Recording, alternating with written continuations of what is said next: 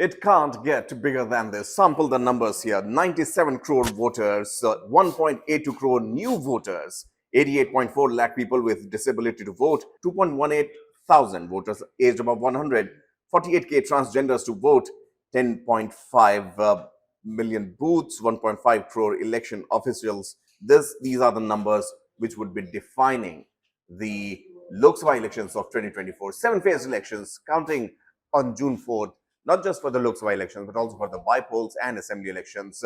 Election Commission has just announced the dates, and this 7 phase is something which reminds us of 2019 election schedule, but a lot has changed. The numbers are staggering, and if you look at India, the biggest democracy on the face of the earth, then it's something that not many countries can pull off.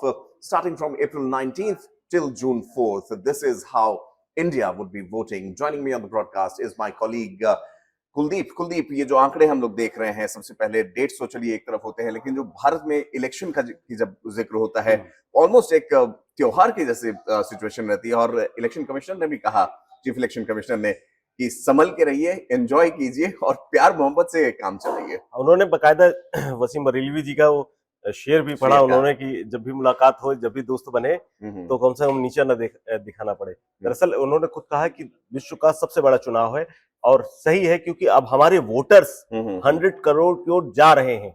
96 crore के आसपास इस बार जो voter है, जो voter list तैयार हुई है, उसमें 96 करोड़ के आसपास है। मुझे लगता है कि आने वाले 5 साल बाद हम लोग 100 करोड़ वोटर्स हो जाएंगे। तो अपने आप में बहुत बड़ा जिसका इंतजार था, आज आखिरकार 3 बजे जो प्रेस कॉन्फ्रेंस हुई उसमें ये आंकड़े आ गए। और इस बार सबसे बड़ी जो साख है, तमाम सवाल मुख्य चुनाव आयुक्त से हुए कि ईवीएम को लेकर के जो विपक्ष है किस तरह से देखते हैं, और इसके अलावा तमाम सवाल ईवीएम से जुड़े हुए और निष्पक्षता को लेकर के जो बात हुई, जो बॉन्ड्स को लेकर के जो बात हुई, तो इस बार बहुत उसे भी बहुत संभाल करके चलना है। इसीलिए वो पब्लिक को भी कह रहा है कि आप आइए, खुल करके आइए, खुल करके वोट डालिए, और आकर के इस उत्सव को, इस बार जो इंडिया का जो उत्सव, चुनाव का जो उत्सव है, इसको मनाइए। बिल्कुल, इस बार this time around we could see a kind of relaxed atmosphere, if I'm not reading it too much into it.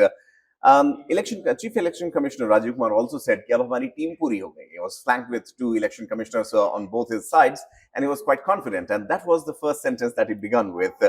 Secondly, जिस तरह से आपने कहा कि उन्होंने कुछ शेर व शायरी भी की, इससे भी अंदाजा लगता है कहीं ना कहीं प्रेपरेशंस जो है अपनी जगह बिल्कुल सही है।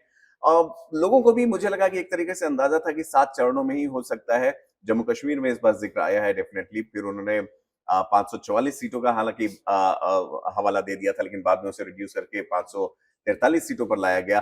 तो इस बार जो असेंबली इलेक्शंस भी 4 राज्यों में साथ में होंगे, कैसा माहौल रहता है जब हम एक असेंबली इलेक्शन भी साथ में साथ चलता है, साइमल्टेनियस वोटिंग होनी है उसी दिन, जिस दिन उन राज्यों में, चाहे वो आंध्र प्रदेश हो गए, सिक्किम हो गए, अरुणाचल हो गया या उड़ीसा हो गए, वहां जब लोकसभा की वोटिंग होगी, तब साथ साथ असेंबली इलेक्शंस की भी वोटिंग होगी।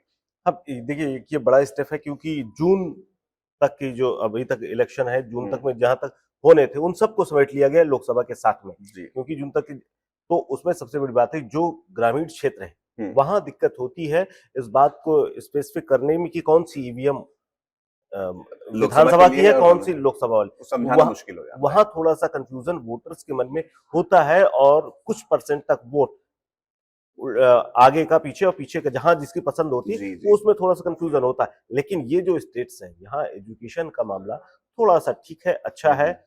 बनस्पत उत्तर भारत की बात करूं मैं, यूपी, बिहार और इन इलाकों में अगर होता तो ज्यादा कंफ्यूजन होता है। लेकिन वहां जो वोटिंग होगी, चाहे उड़ीसा की बात करें, उड़ीसा में जिस तरह की, देखिए उड़ीसा की बात करें, अगर पॉलिटिकल व्यू में बात करें, तो बीजेपी और जो गठबंधन हुआ है, तो उसका भी अपने आप में मतलब ये है कि एक तरह से जो मौजूदा गवर्नमेंट है वहां पटनायक साहब की, उसका रिपीट हो रहा है, क्योंकि ऐसा गठबंधन ही है लोकसभा में जिसे चाहिए, जिसको विधानसभा में चाहिए, एक तरह से बांट लिया गया है।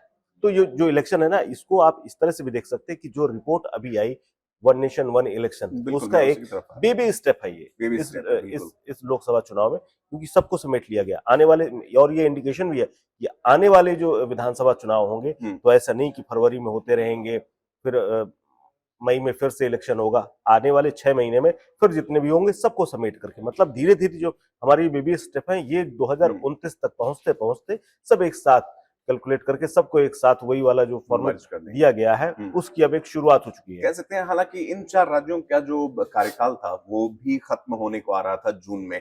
एक और चीज काफी interesting election commissioner chief election commissioner ने कही, वो ये थी कि इस साल, यानी अगर हम अभी अप्रैल के महीने में खड़े हैं, मार्च के महीने में खड़े हैं, इस साल किसी भी महीने में अगर आपकी आयु 18 वर्ष की पूरी हो रही है तो आप इस बार भी वोट देने के लिए एलिजिबल बनते हैं। ये एक चीज उन्होंने जो मेंशन की, मान लीजिए जिनका जन्मदिन दिसंबर में है वो भी इस बार वोट दे सकते हैं, टेक्निकली वो 18 साल के नहीं होंगे। तो इससे भी कहीं ना कहीं हमें एक मर्ज करते हुए ऐसा लगता है कि उनको भी एज अ वोटर हम लोग काउंट कर रहे हैं। चलिए वो तो उसकी बात हो गई, जितने बड़ी संख्या है। असेंबली इलेक्शंस की बात करते हैं। आंध्र प्रदेश, अरुणाचल प्रदेश, सिक्किम और ओडिशा। आंध्र प्रदेश में मई 13, अरुणाचल प्रदेश अप्रैल 19th, Sikkim is April 19th and Odisha in 2 phases। Odisha में जिस तरह से अभी गहमा गहमी चल रही है राजनीतिक, बीजू जनता दल जो है अक्सर देखा जाता है वो हाशिए पे ही रहती है, it's like a cat on the wall, वो किधर चली जाए पता नहीं चलता है। अक्सर हमने देखा है not on the wrong side of the government. How do you see it? आपको लगता है कहीं जो साउथ में जिस तरह से बीजेपी प्लेकेट करने की कोशिश करी है पार्टनर्स को, उसी तरह से कहीं ईस्ट इंडिया में ओडिशा के साथ करना चाहे? उड़ीसा का क्या है कि उड़ीसा में वहाँ एक तरह से देखा जाए तो बीजू पटनायक या बीजेडी की नवीन बात करें, पटनायक, हाँ, नवीन पटनायक और उनकी जो पार्टी बीजेडी है वो कई सालों से वहां पर है जी। और जो एक लेगेसी है उनकी, ऐसा लगता है कि विधानसभा चुनाव में तो उन्हें हर आने किसी भी पार्टी की, और अब चूंकि गठबंधन हो गया है तो लोकसभा चुनाव में भी सारी चीजें केंद्र सरकार और बीजेपी के पक्ष में ही जाती दिख रही हैं, क्योंकि जो सीटों का बंटवारा हुआ है, अगर वहां बीजेपी का जो वोटर है वो अगर लोकसभा की जो सीटें बीजेपी को मिलेंगी उनमें अगर मूव हो जाता है, उनको वोट कर देता है, तो जाहिर सी बात है कि वहां पर एक मतलब बीजेपी का एक्सपेंशन ही है। और जो टारगेट 400 का रखा गया है, वहां बीजेपी किसी को भी लेने में, किसी भी साथ हाथ मिलाने में, किसी से दोस्ती करने, किसी से गले मिलाने में और किसी से गले मिलने में जरा सी भी परहेज नहीं कर रही। और इसी का ये परिणाम है कि लगातार जो संख्या है वो धीरे धीरे बढ़ रही है और जो नए नए एलआई हैं उनको लगातार ऑफर मिल रहे हैं और अच्छी डील्स हो रही हैं। चलिए 2024 के लोकसभा इलेक्शंस की रणभेरी एक तरीके से बज चुकी है। The bugle has been blown and we will keep a close eye on that. One India would be your destination to watch. Kuldeep and I would be back with more news and analysis on the election schedule of 2024 Lok Sabha elections. Subscribe to One India channel and never miss an update.